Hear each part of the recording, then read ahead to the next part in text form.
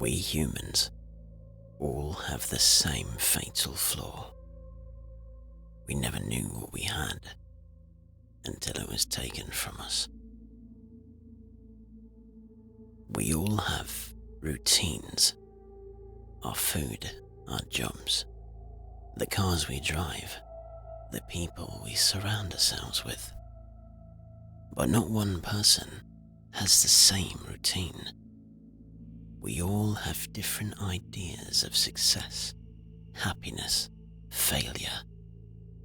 But what is the one thing that drives us all?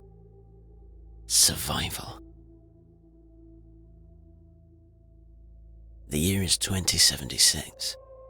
I've been trying my best to keep track of the days, the weeks, but it all seems to just blur together lately. I haven't eaten anything substantial in 3 days. A little scraps here, an out-of-date bite of something there. All the spots I know of within 5 miles have been cleaned out, if not by me, then by other survivors. The only trouble is, sometimes the survivors are worse than the infected. Brutal, violent people who will do anything to get by without guilt, without remorse. So far, I've managed to scavenge what little I can undetected. I can't afford to be seen by them. I dread to think what would happen if they did. When the city collapsed during the outbreak, I originally had a plan. I was focused. Find other survivors and seek shelter somewhere that would sustain us while we figured out what was happening. After helping 1 or 2 survivors and managing to barricade ourselves inside a small supermarket, we quickly realized that many others had the same idea. There were at least 6 other people already inside, hiding behind the counter, some with makeshift weapons in hand, fear in their eyes. We all remained quiet, 2 kids being held by what I would later come to learn were not their parents, but their neighbors. It turned out their parents had been killed, ripped apart by these things. We sat still, the adults trying to keep the little ones quiet. There was a period of silence, followed by agonizing screams all around where we were holed up. The man and woman I had helped gazed at me during the chaos outside, as if to say thank you, which was confirmed by a slight nod the man gave. It's been 6 years since day 0, when the world went dark. I'm alone now. I gave up on groups a long time ago after seeing what people do to each other in desperation. I've seen people killed for a few cans of beans and some water. To this day, I still don't know a lot about the Rippers. I'm not really sure what else to call them. Infected, dead ones, freaks, geeks. I've heard of a few names given to them during my travels. I managed to find a well-hidden loft off the beaten path about 2 years ago. I've since made it my home. There were 3 or 4 lurkers floating about late in the afternoon one Tuesday when I came across it. A small cottage, derelict and overgrown. Hadn't been lived in for many years, long before the downfall. It was built alongside a large wall, which had now been taken back by nature, and because of this, the cottage was only visible when you got close enough. When I found it, I began pulling at branches and weeds to discover an entrance behind. Immediately my thoughts raced in my mind. This was the safest place I had found in 4 years. It was located about 20 minutes by foot from the city, perfect for staying out of sight. The last thing I wanted was to set up camp in the city somewhere. Not again.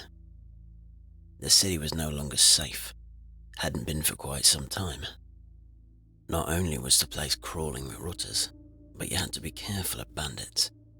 They lure you in, pretending to be sick or injured, asking for help, getting back to their group with the promise of food and shelter. But they're not sick, and they're not hurt. But by then, it's too late. One evening I lost the light earlier than expected. The sun went down, and I was too far from the cottage. I'd never dare travel at night. At night there are what can only be described as creatures. I've never seen anything like them. I call them runners. They are fast, aggressive, and ruthless. I've seen them leap over walls and cars at speed and rip limbs off people trying to escape. The first time I saw one, I was holed up in the city waiting until first light, trying to get any small amount of sleep I could. An ice cream shop on one of the side streets. There was only one entrance, and I had barricaded it well enough that I could hear if someone or something was trying to get in. I awoke at about 3 a.m. to gut-wrenching screams from a woman. She was screaming for help, and with my startled reaction from my sleep, I got up, grabbing my Farah 83 rifle and gently pulling the curtain to peek. It wasn't a modern rifle. I managed to snag it from a museum sometime within the first 6 months after the fall. It was used back in the 80s, as far as I recalled. I had 2 clips of ammo that were on display in a glass cabinet below where the gun was hanging on the wall.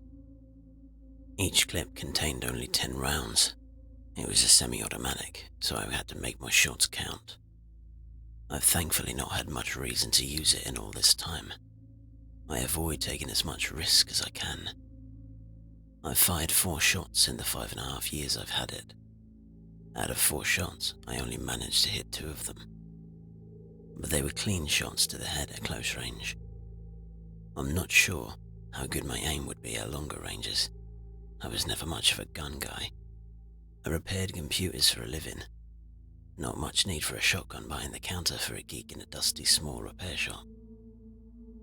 As selfish as it may seem, I had no choice but to simply stand by and watch as a woman's screams got quieter the further away she got, still being hunted by this thing. Eventually, the screaming stopped. There was nothing I could do. If I opened that door, I'd also be dead. The gun would only bring down more of them on top of me. And the door definitely wouldn't hold. But I sometimes have night terrors in which I can still hear her screams. Morning came, at what felt like an eternity. It was the middle of November, and I could feel the weather getting worse. The beginnings of a snowstorm had made its way through the city last night, and with it, it left behind a blanket of white. Less than a foot deep, but I'm not sure how much longer that would be the case. The snow only made things far more difficult. It was good to gather up in a container like a plastic bottle or a bowl and keep it outside the cottage for cuts and bruises. It did help with the swelling, but traversing through the snow took its toll. The chill in the air made breathing more difficult, but mainly, it made it a lot harder to get around quietly. I found a bicycle early on, after a few weeks, and it allowed me to get to and from the city with ease, and more importantly, get around a little more quietly. But I have to stash it once I get so far into the city due to debris and roadblocks. It's not worth trying to maneuver my way around the obstacles and risk falling and getting hurt. These things are drawn by sound. They can see, but they're very sensitive to sound. I've seen them stand in groups before, silent, not moving or reacting to anything. It's like they're dormant, awaiting stimulus. Very strange thing to witness. I've seen it occur a few times, just not with runners. I don't see many of those during the day, and the ones I do see tend to wander a little, but seem rather docile too. The most heart-pounding thing is their scream. It's almost like a loud screech. Each and every time I hear it, my insides tighten. I made my way through the streets, sticking to the tight alleys I knew well and staying out of sight, keeping an eye on the winter wonderland beneath my feet so as to not slip and fall or make too much noise. The hunger in my gut starting to slow me down once more. I was a few miles inside the city. I knew of a place close by. I hadn't been able to reach it before now due to bandits and infected. And this was the first time in months I had headed this far east. After a few minutes of back alleys and a little bit of climbing, I reached the place. A small diner called Stucky's that was known for its bacon cheese please deluxe hamburger and ice-cold vanilla shakes. I'd been many times, great atmosphere and kind people, but it was nothing like that now. Dark, damp and grimy, a desolate shadow of the family food house I once knew. I remember from a long time ago, the booth at the back on the right had a dodgy window that never locked, and the owner, James, never bothered to fix it. I made sure the street was clear and made my way over. After 10 seconds, I managed to wiggle the window open. The latch was still broken. My lucky day, I thought to myself, as I climbed through and gently closed the window down again, ignoring the broken latch. After a quick scan with my eyes, I could tell there wasn't much. In fact, there was nothing at all really from what I could see.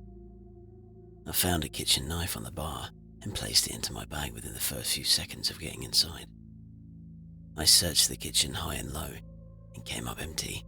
Even the gumball machine on the bar beside the stools had been emptied. Fuck. Just as I was cursing at the wind, I had a thought. I picked up a small chair and brought it over to the countertop. I stood up on the chair and onto the counter, looking above the cabinets, and my eyes lit up. Sure enough, I found a small box with a 4-pack of ramen noodles inside, and still in date, not expiring for another year. I could barely control my smile. I couldn't believe it, after this long, that no one had thought to check there. This alone was a great find and worth the trip. I decided this was enough, not to push my luck. Time to go home. I turned with the box in hand and sat down on the countertop, placing the box down beside me. I pulled my backpack around in my front and unzipped it. Just then, in the corner of my eye, movement. I slowly turned my head. A chill went straight down my spine. A fucking runner.